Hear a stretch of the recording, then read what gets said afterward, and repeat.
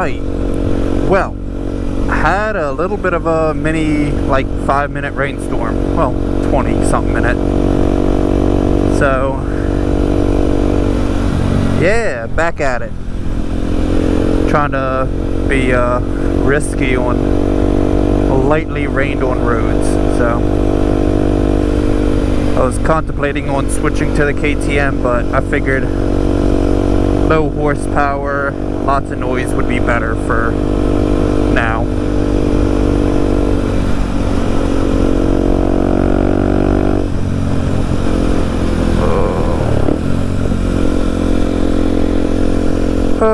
So what was I going on about? Oh, interesting thing. I thought that I might have had a second issue have arisen on the KTM. I don't know why, but I decided to check the coolant reservoir, and I swear when I looked, there wasn't a single drop in there, and I started panicking.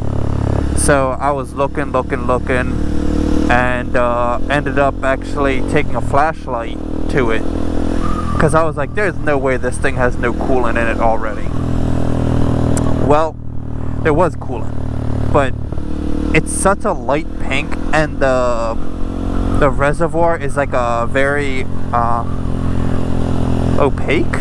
It's hard to see through. Like it doesn't give you a very clear. It's not a clear see-through reservoir. So yeah, I happened to just catch some pink out of the corner of my eye when I was shining a flashlight in there. So I was kind of shaking the bike around, and I saw the pink moving up and down a little bit, and I was like, oh, whew. I was like, crisis avoided. I was like, man, if I'm already out of coolant, I'm like, we got some major issues. I was stressed there for a few, but luckily all's good.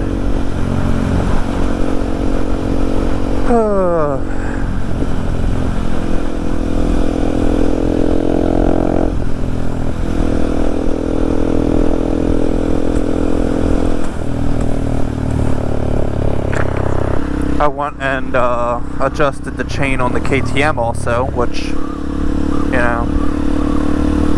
was cool, I guess. Needed to be done, I think, because I haven't had it done for over, well, I'm almost at like 600 miles since my first service. So decided it would be a good idea to check on that.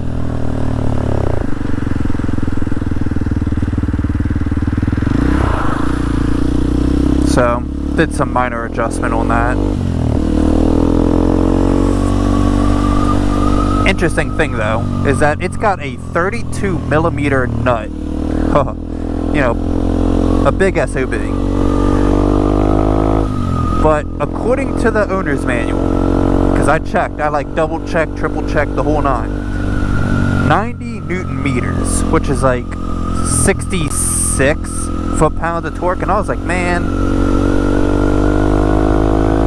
that doesn't seem like a whole lot. It really didn't. Like, definitely made me feel a little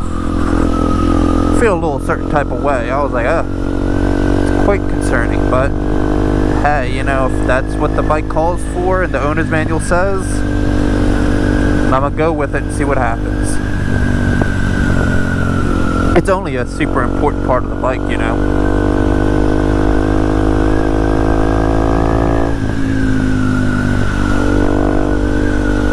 Oh gosh, it is phenomenal out. 76 degrees. Oh yeah. This is the weather.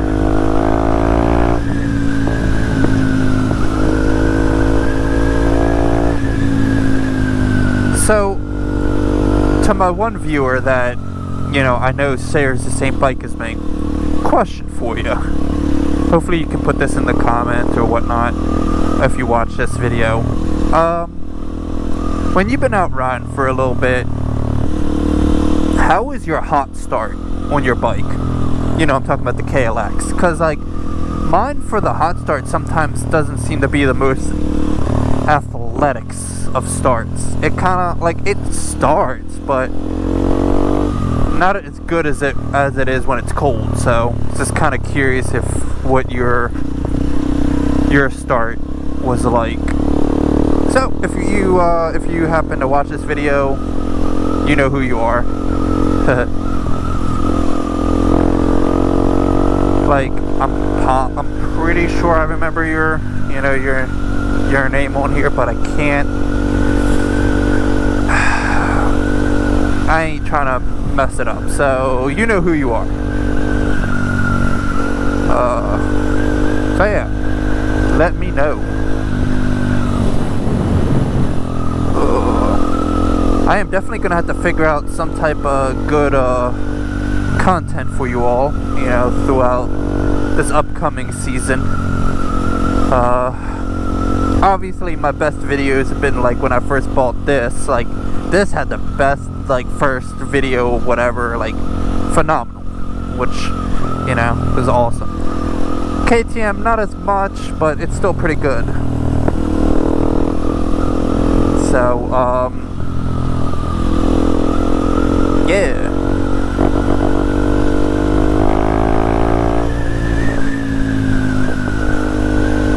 Where was I going with this? Yeah, so I gotta figure out what would be good videos. Something that's nice and widely watched. I guess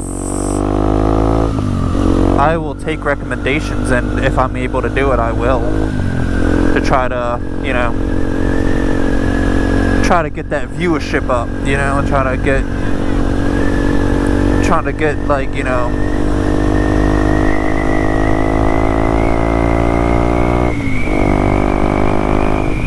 get it all up and handled. So, because yeah, I can keep on just riding around doing my vlogs, running my mouth, all that good stuff, but I know that probably will get old before too long. Let's go this way. I haven't been this way in a while.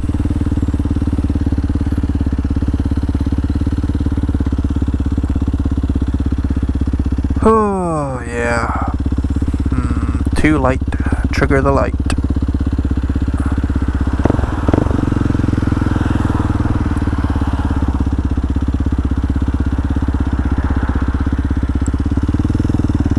Dear Lord. Alright, well, if they're all staying in the left lane, or right lane, go.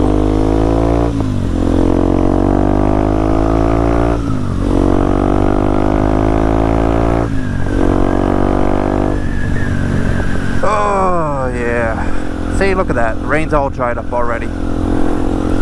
Hopefully the tires are dry, and we will be set.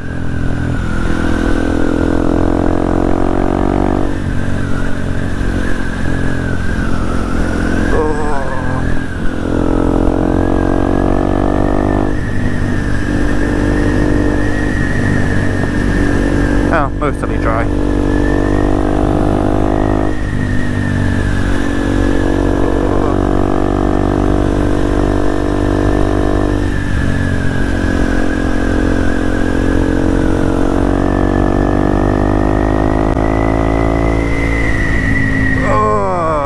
So I've talked about a bunch of random things today, which, and look at that, it's a dead end.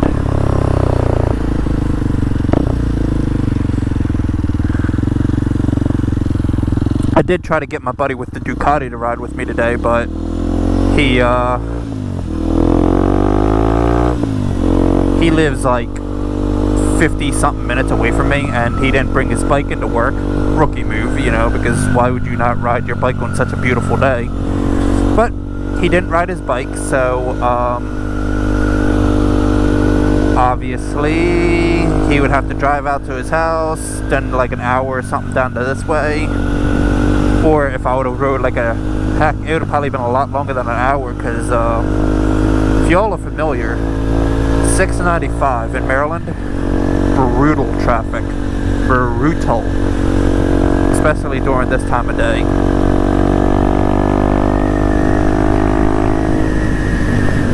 So, you know, it'll probably, by the time that he would have made it down here, or I would have made it up there,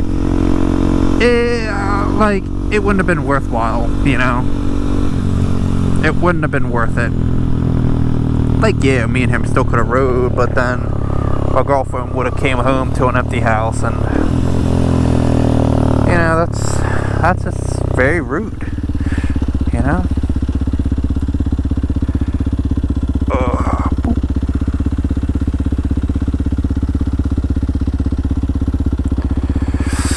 Speaking about adjustments of chains, I have yet to do it on this bike, which, you know, I guess slightly, I don't know if I would say concerning, but like, I've checked the tension of the chain, and I haven't seen that it really needs it yet, so, you know, yeah, I guess that could just be me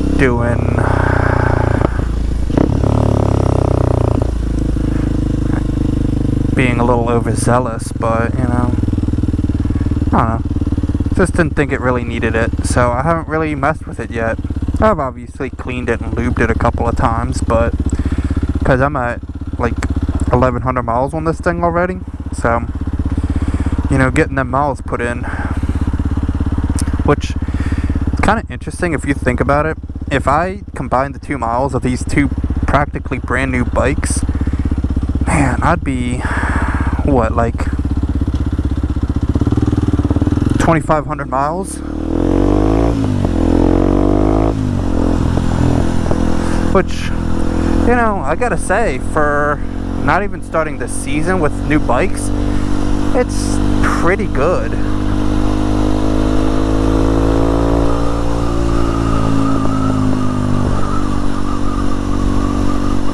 Pretty good. It's a lot of miles. A lot of those cold days putting in work, I guess.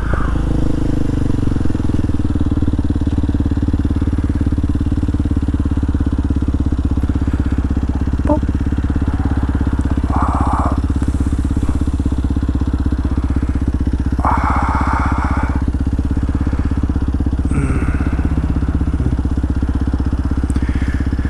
2,500 miles in just a few short months of riding. Definitely hit the ground running, I'll admit that. Who knows if I keep this up?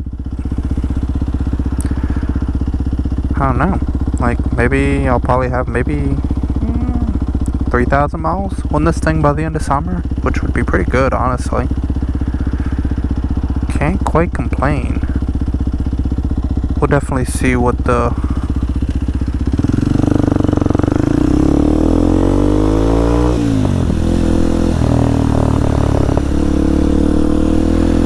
what I'm on the Duke.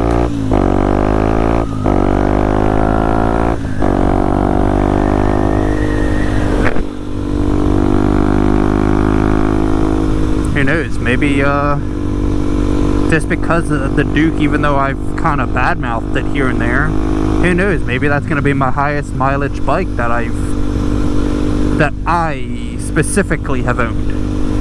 Because like I think my Honda CRF 250L, when I traded that in, I was at like 2,500 miles. On my GSX-S, I was at like 1,300 or so when I wrecked that. And that bike was brand new. Bought it in like November or something like that, and by February, done.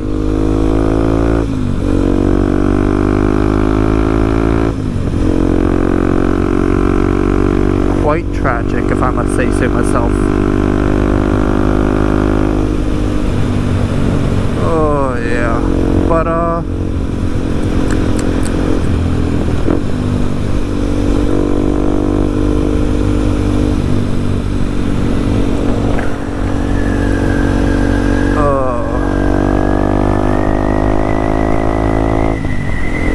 and then my little Kawasaki KE100, which, you know, I guess I stress this a lot because I guess it makes Because if you look at the bike, you're like, oh, that thing's ancient. Like, it's a 2000, but it's built with like 1980s technology. Like, it's a little 6-volt battery system.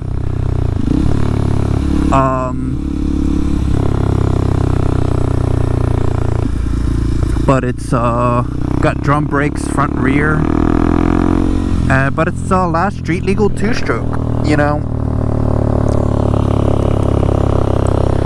So pretty cool when you think about it like that.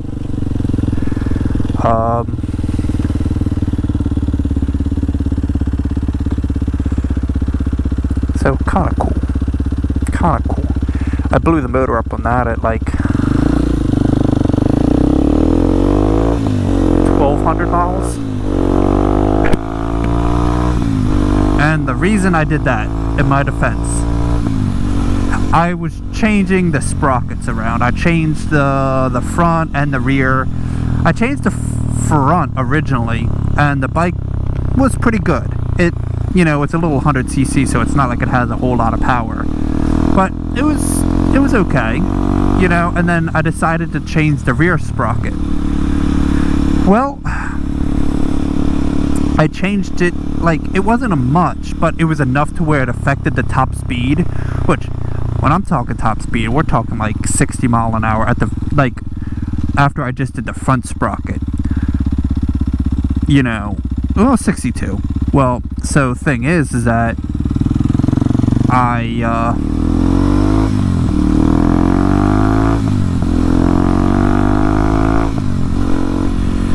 so when I changed the rear, I was doing about 55, 56 mile an hour. And, well, I guess I over-revved it and just, boom, done.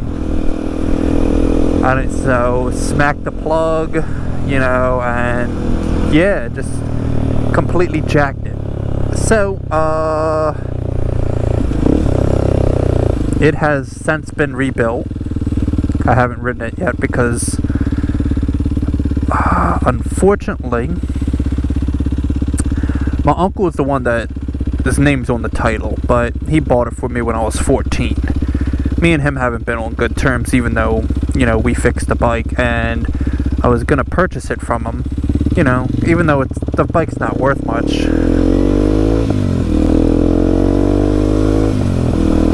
I was gonna purchase it from him and all that good stuff, and, well, since me and him haven't been on good talking terms, he hasn't sold me the bike, which, most unfortunate, but it's life. So if he ever does sell it to me, or I get to end up riding it at some point, I'll definitely make some type of video so y'all can take part in a little bit of my old school bike. Yeah, we had what is it? Had the engine board out, re-sleeved, new piston, head gasket, stuff like that. So, had the front forks redone because the fork seals blew out, which, when you think about it, the bike was a 2000, and it's what I learned to ride on, so it wasn't very well taken care of, to put it mildly.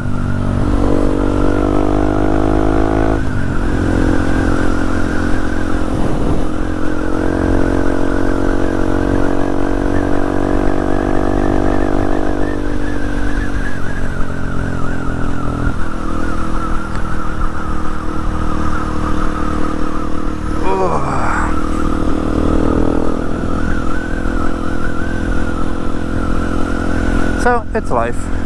It is life. I don't know what else I have to talk about, but I guess,